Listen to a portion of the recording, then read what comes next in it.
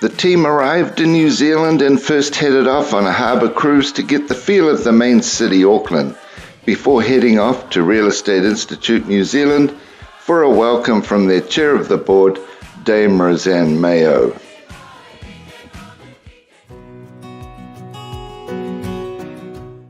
Graeme and your colleagues, welcome to New Zealand, and I am just so disappointed not to be with you this afternoon here at Rhines. As you can see, I've had some reconstructive surgery done on my wrist, and the surgeon rang me to say he needs to see me one more time before he goes away for school holidays here, and it has to be at 4:15 this afternoon, always the way. So my disappointment not being here to welcome you. It's a really interesting time for you to be visiting New Zealand. We have had a very consistent political and economic phasing probably since the mid-90s. We came through the GFC very well, and although we had political changes between National, our Conservative government, and Labour, our equivalent to your Democrats, we really had very consistent policy. All that changed about a year ago when a surprise disruption to our election and our first such a young female Prime Minister came in. Our third female Prime Minister, but first time someone so young and now with a little baby.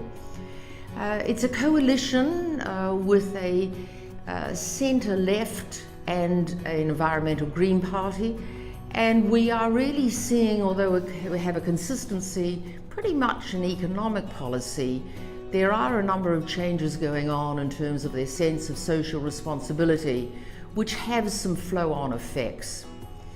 There's also, as you can imagine, for a country the size of New Zealand, which is so heavily dependent on its export trade, there are some concerns, disruptions with the potential for the increasing trade tension between China and the US, and of course Brexit and the impact on the UK economy.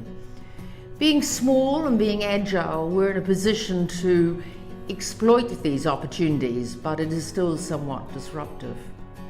Graeme will probably tell you it is a feature of New Zealand that we are pretty agile, adaptive, and being a small economy, we've had to learn how to ride the waves, and we've done that well.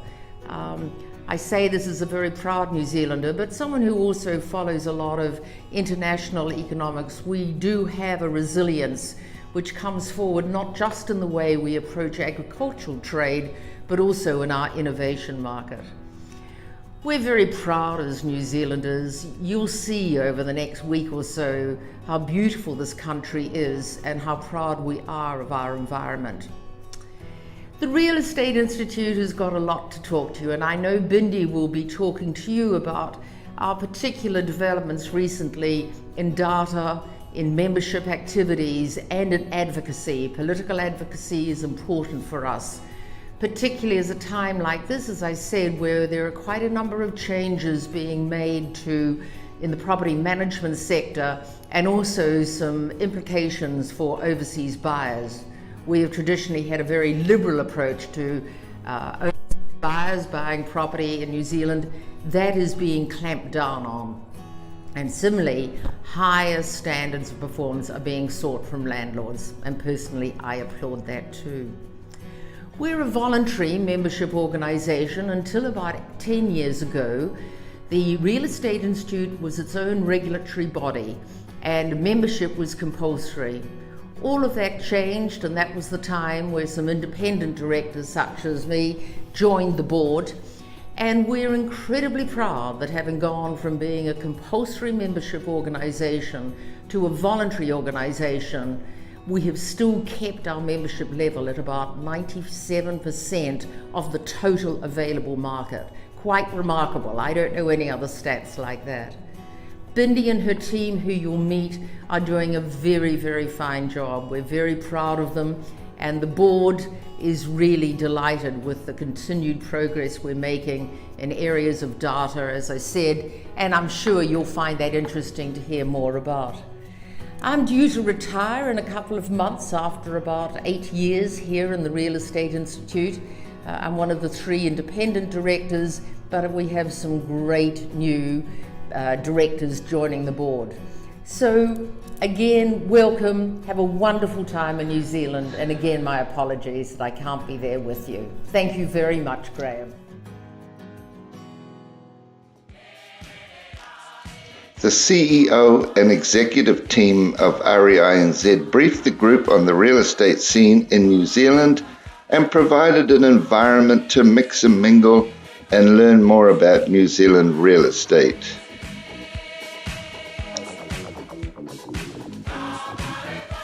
Next day, it was up to the Auckland Museum to take in a cultural performance by a Māori group who mesmerized us with their singing and action songs.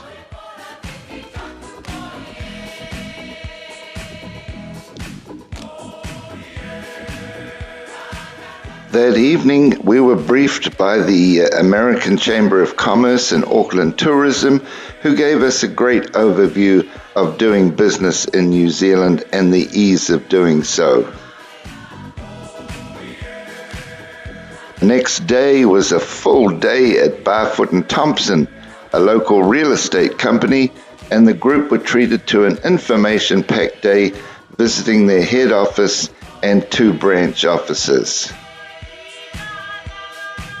The 4th day was full of fun and excitement as the group sailed across the harbour to the beautiful Waiheke Island, where they were guests of Auckland Tourism and toured the famous vineyards on the island, sampling some of the best New Zealand wines and enjoying a feast of traditional New Zealand food in seafood and lamb.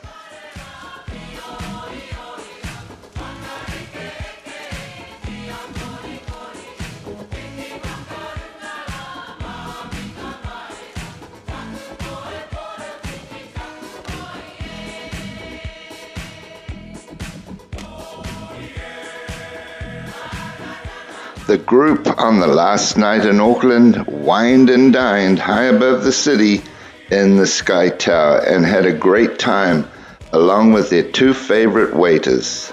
Oh, how cute is that?